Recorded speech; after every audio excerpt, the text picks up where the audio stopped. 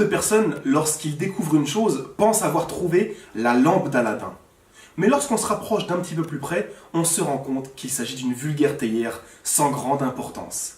Bienvenue à tous, Karim Al-Hanifi du Centre de recherche en religion comparée. En 2012, la Turquie a fait une énorme annonce, fracassante, extraordinaire. On nous a dit que nous avons retrouvé le célèbre, et même le fantasme des musulmans, le rêve, l'évangile de Barnabé. Lorsque l'annonce a été faite, ça a fait comme une traînée de poudre. Tout le monde s'est recopié les uns les autres. Et donc, ce que nous allons essayer de faire aujourd'hui, c'est de savoir si, oui ou non, la Bible de Turquie est bien l'évangile de Barnabé. Vrai ou faux, info ou intox, nous allons voir cela. Nous passons donc en mode inspecteur gadget afin d'analyser chaque détail qui va nous permettre de statuer sur la question. Pourquoi? Parce que si tel est le cas, c'est une très bonne chose. Si par contre cela n'est pas le cas, alors à ce moment-là, nous devrons réviser notre position et refaire une propagande inversée, c'est-à-dire de transmettre cette information au plus de gens possible afin qu'ils ne tombent pas dans le panneau. Donc voici le texte que le monde entier a pu voir. Nous allons passer ce document au crible de la critique afin de sortir avec des conclusions qui sont satisfaisantes. Nous avons une conception qui est que nous sommes juste dans ce qui est intellectuel. Nous ne pouvons pas mettre le passionnel à l'intérieur.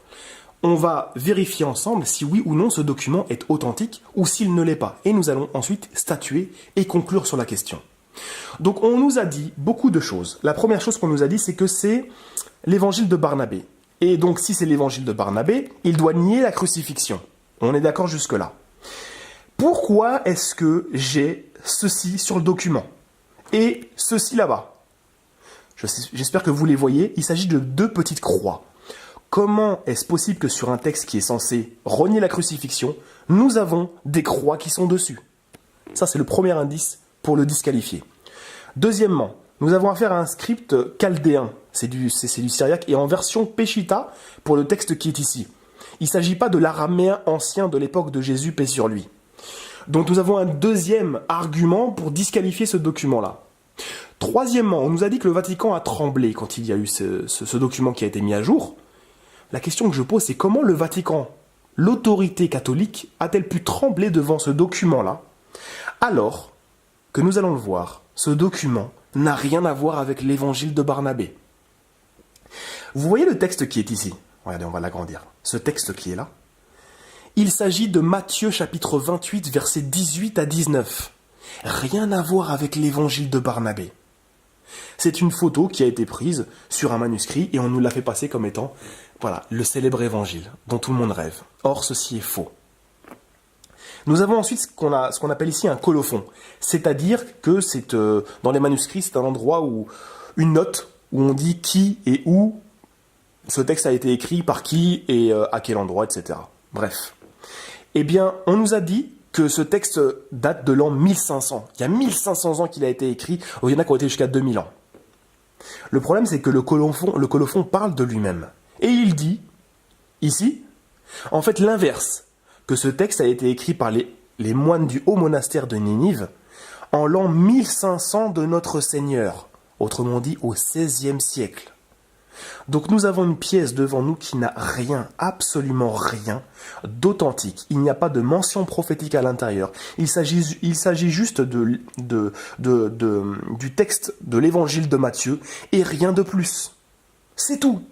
C'est pour cela qu'il faut arrêter et surtout diffuser cette vidéo que je suis en train de faire aux musulmans afin qu'ils comprennent que ceci est une fausseté. On s'est trompé, c'est pas grave, on balaye. Mais on corrige notre erreur. Et en la corrigeant, c'est-à-dire qu'on va vers les gens pour leur dire « Regardez, ceci est faux ». Et là, on paraîtra honnête. Là, les gens nous prendront au sérieux. Imaginez que je vais devant le pape et que je dis « Voilà, tu as tremblé à cause de cela ». Il va me faire venir la première personne qui parle syriaque, il va lire le document et on va avoir l'air de ridicule. Donc voilà, cet évangile-là n'est pas l'évangile de Barnabé. De plus, la Turquie qui a annoncé cela n'en est pas à son premier coup d'essai. En 1986, elle avait déjà annoncé avoir retrouvé l'évangile de Barnabé. Or, après vérification, comme je l'ai dit en introduction, ce n'était ni la lampe d'Aladin, ni autre chose, mais c'était juste une simple Bible syriaque, sans rien de grande importance. Donc il faut arrêter. voilà, de raconter des choses qui sont fausses aux gens. Personne n'a jamais vu ce texte-là. La Turquie ne veut pas le montrer. Et c'est malheureux de s'en tenir à un mensonge et de continuer à persévérer dedans. Voilà, j'espère en tout cas que cette vidéo vous aura plu. J'ai essayé d'être le plus honnête possible. Je ne fais de concession à personne. Si vous avez aimé cette vidéo, n'hésitez pas à la partager massivement. Abonnez-vous à la chaîne puisque tous les mercredis, vendredis et dimanches, nous postons des vidéos sur le domaine interreligieux. On essaie d'être scientifique au maximum. Et n'hésitez pas à mettre un petit pouce bleu d'encouragement. Je vous remercie.